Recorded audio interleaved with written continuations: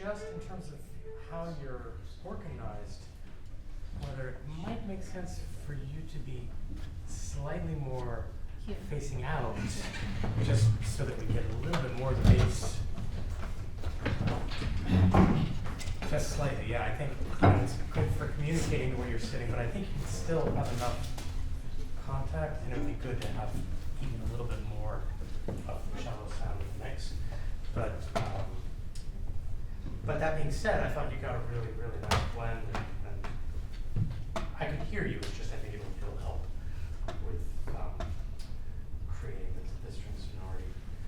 So, Ravi, you obviously know the piece very, very well. Before I taste it, I'm just curious, if I were not here, nobody was here, and this was a rehearsal, what would you do now? What would you want to look at? We'll look at some place where the tempo is not very steady, and just make it fixed, and then. Okay. Where did you have in mind? Hmm? Where did you have in mind? Do you have bar numbers? Yeah. Like, 140. 140? Yeah, yeah. Okay. All right, so you want us to look for more tempo stability. Okay, good. What else? It's very good. It's not easy to find what to work on. It's such a good performance. But when you know it so well and you know what you're going for, how did you feel about what you did compared to what you wanted? I think more like dialogue between the three people. Great. Okay. Yeah. I think that's a wonderful thing to try for. Julie, anything? For me, I think the most important thing is the opening, and we need to setting it more correctly. And what would you want to adjust in what you have this time? It's very beautiful, but what would you want to? The bar 8 is ready to go to the main idea. Okay. Okay. Good.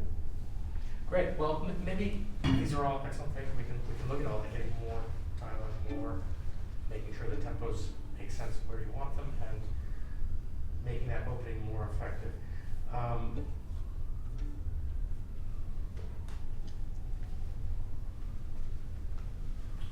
One thing that just a thought. I mean, we're playing on modern instruments, and I play modern instrument, and I like that sound. I'm sure you know the piano that you're playing on is very different from the piano you wrote before in terms of its sustaining power, especially. So, while I think the balance is overall quite good, I think it's worth really thinking about how he might have been thinking of how things were going to sustain when he wrote them, because I think it's very easy for you to sing with this instrument, but sometimes I wondered if there was a little bit more definition, if that might help actually that dialogue that you're talking about, because sometimes if the sound is too sustained, it's hard to get that sense of back and forth. So,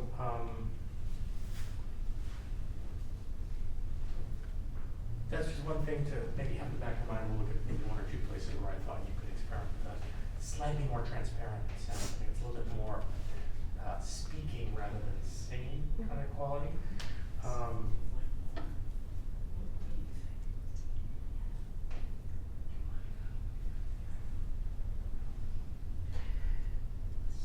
We get at the opening, he gives us over and over again this interval before. And I think you can use that to kind of that's helping to drive it a little bit more. Let's try once more from the beginning. Okay,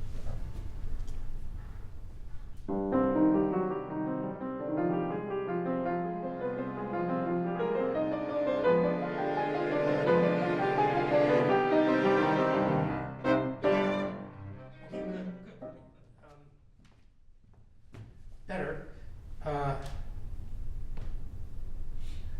strings, what's our role here at the beginning? Harmonic.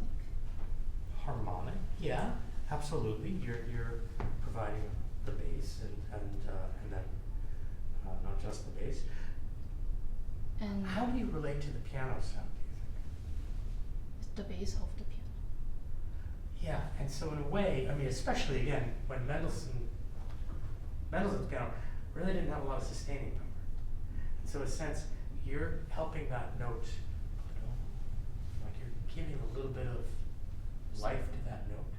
And I wonder if the way your bow travels can have a little bit more motion, because I think that helps supply that sense of focal, that it's not necessarily fast, but it's a sense of going. And then when we get to the crescendo, when we get to the forte, that there's even more sense of direction through there. Can I just hear the strings from the beginning once I do? I know you play the first two parts, really, but join in the third. Okay.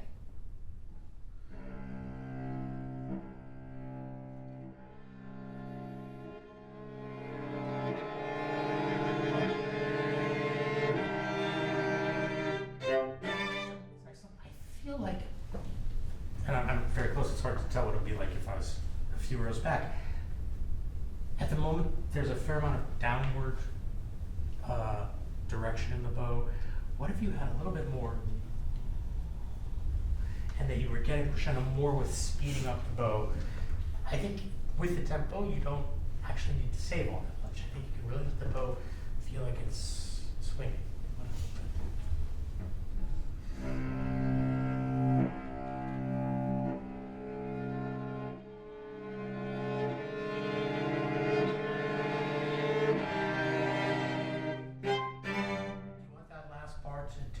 Yeah, bum, bum. Yeah. It's tapering now. I don't think you want it to. Yeah, bum. So maybe you need to say it being a little that way. Great. Can we do it all together? I really like that sense of that the notes are not static, even though it's a whole note. We want to feel like it's really traveling.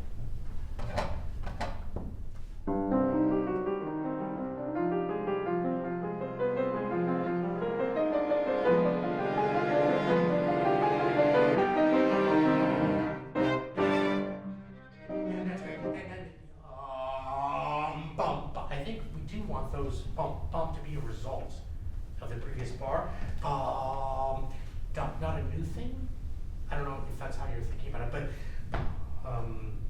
that we really could you just play that? Yeah, good. I actually don't hear the downbeat so clearly. Is there a way to articulate that slightly? That's great. So we're really aiming for that. Good. How about this was much better.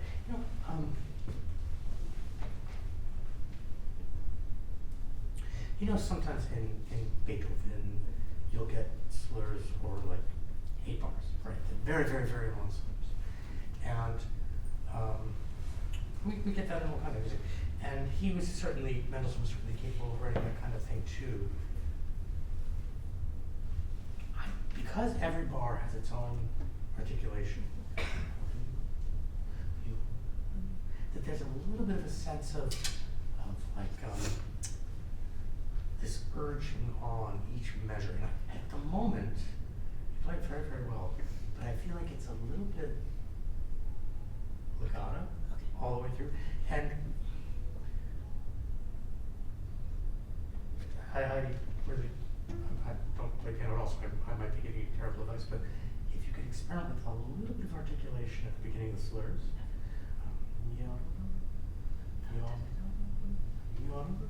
There's a little bit of that just worrying us at the beginning of every measure. Can we try it together one time?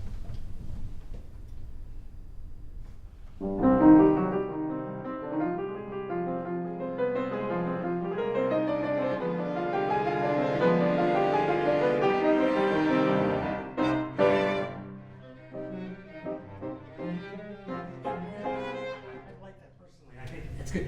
At the moment, feel like, I don't know if you've talked about having a little bit of like broadness at boom, boom. It sounds to me like you've talked about that, and it's a little bit, and I'm not saying that's a bad thing at all, but for now, just because of what I'm encouraging Jocelyn to do, let's see if we can have a little bit more momentum in the boom, boom. And if anything kind of rushes into that, there's an urgency, and then you start again. So instead of broadening, and then if you don't like it, we can always go back to the other way. But let's just go measure of 5. Can we start that?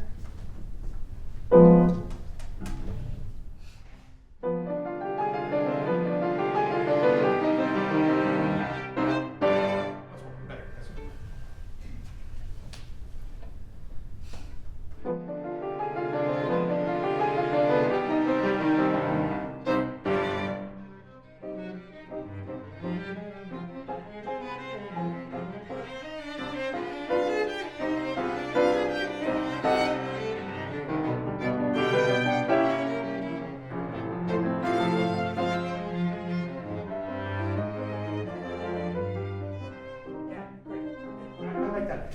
Can I hear the strings from B to 9?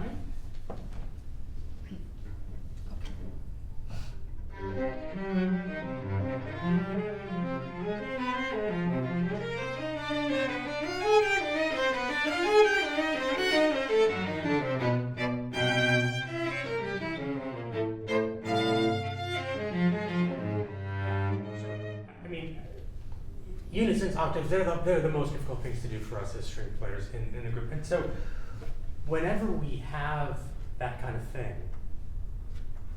we want to really make sure that the lower octave or the lower sonority is providing the floor, the setting for it, and the upper voice is fitting into that. So that's tricky because I don't want you to feel like you're not playing with energy and not playing with, appassionato, but something about the way you want to feel like your sound, it's really part of her sound.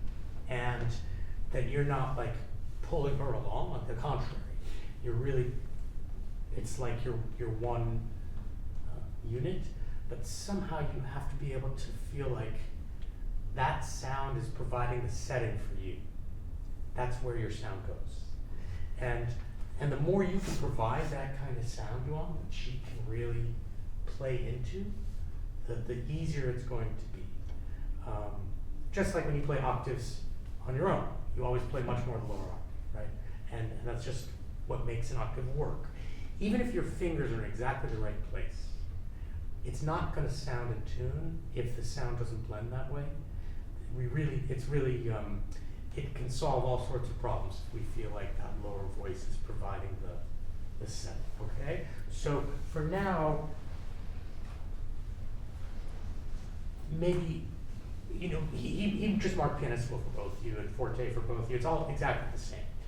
But maybe when you get to forte, you're forte plus 0.10%, you're forte minus 0.1, but still with a lot of freedom. Can we try that? One more time. So you listen down and you try to provide like a sound that we can play along with.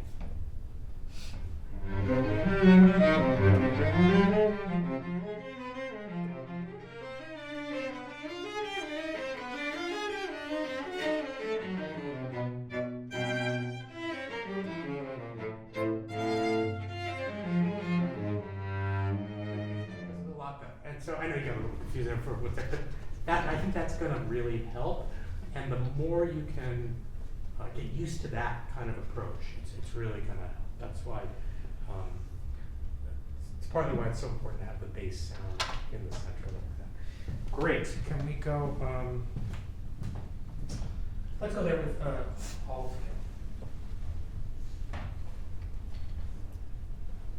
From the pickup, it's not. Yep.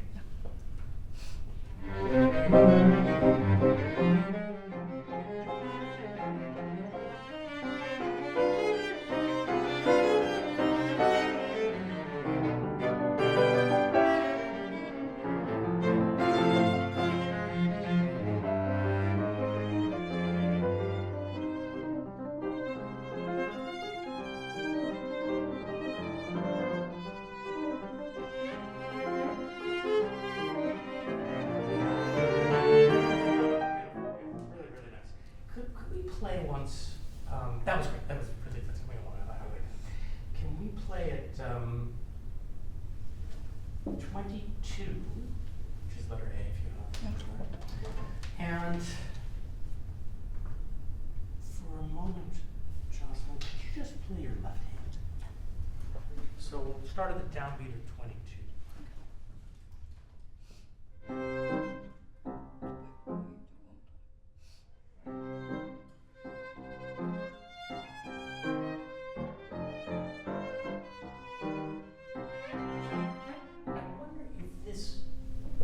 If this can have a slightly more nervous feel and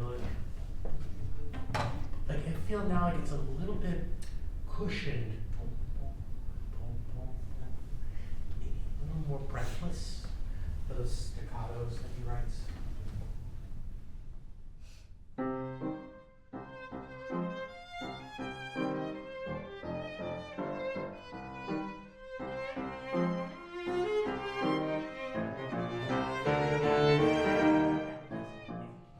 When you add all those 16th, I know it's not.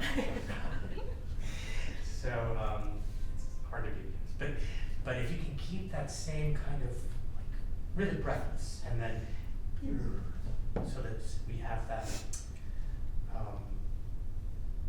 If we could hear those three different textures, that'd be great. Can we try from down to 22 then?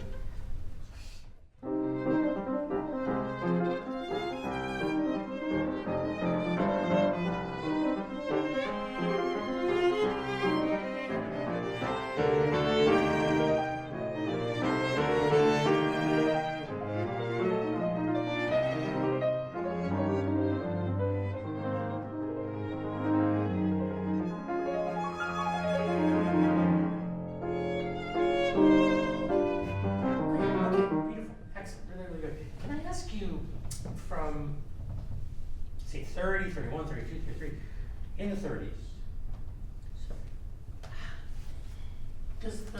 how's the kind of harmonic quality change? We don't exactly modulate, but some things we get little hints of things, right? And I think those changes, I would love to hear you respond a little bit more in your sounds to the way it changes. Could we play, that was all excellent at 8, by the way, at 22. Could we try,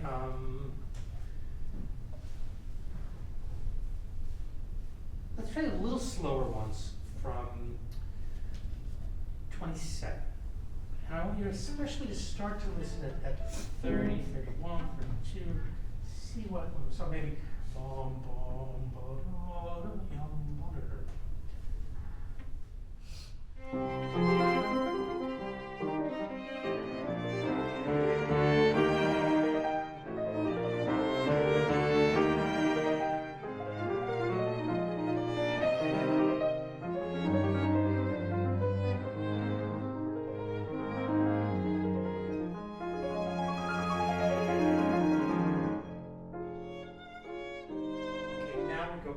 to C minor. But what happened? What do we get little glimpses of? Key-wise. Like we'll play, Jocelyn, play 32. 32. What is that? E flat major, which is what? The relative major. Right, exactly. So it's not so shocking that we would get a glimpse of the relative major, but I think it's important that we notice it. He doesn't modulate to it, but we just get a taste of it. So instead of the kind of downbeat you have in 30 and 31 and 32 should be different. And then we don't stay there. It's like maybe we're going to go to maybe we'll go to the relative major for the second beat. Not yet. And so then then at 38 we have a kind of D flat major. So we again tasted a sort of more warm kind of key. We consider, are we going to go there? And your sound, maybe we will. But then, no. But I would love, but the upshot is if you can try to warm up more or change more when we get these little, for a second the clouds part, we get a little glimpse of sun, it's going to be a sunny day, No, it's not. And then when it comes back to C minor at 42, it makes it all the more sad. Okay? So let's try once more in time from 27 and see if we can just hear those changes and respond to them even more.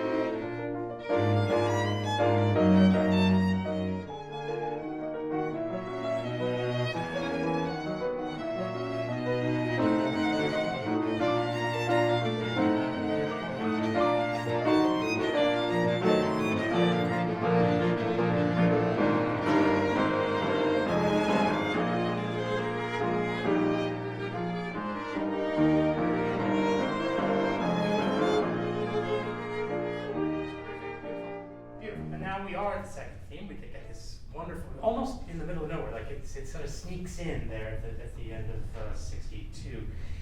I wonder if just in the 4 or 5 bars before, where we have these off kilter slurs, yada, dee da da dee da da, where it's all kind of a little bit through here, feel a little bit more like we're looking for something, yada da dee da da da da da, yada, and so then when we get there, it's even more dramatic, but I think I might be, yeah, we might be almost out of time.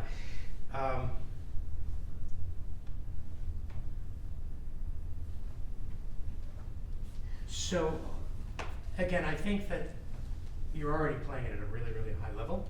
I think the more you can separate out a little, not separate, the wrong word, but define each voice a little bit more clearly so that we get away from too much of a kind of homogeneous blend and have a little bit more definition of those voices. I think, especially in this time, this kind of music, it really needs that each personality. You get a wonderful group kind of power, and so now I think you can think more about how you distinguish each voice even more like that, okay? But probably really, really well done. Thank you.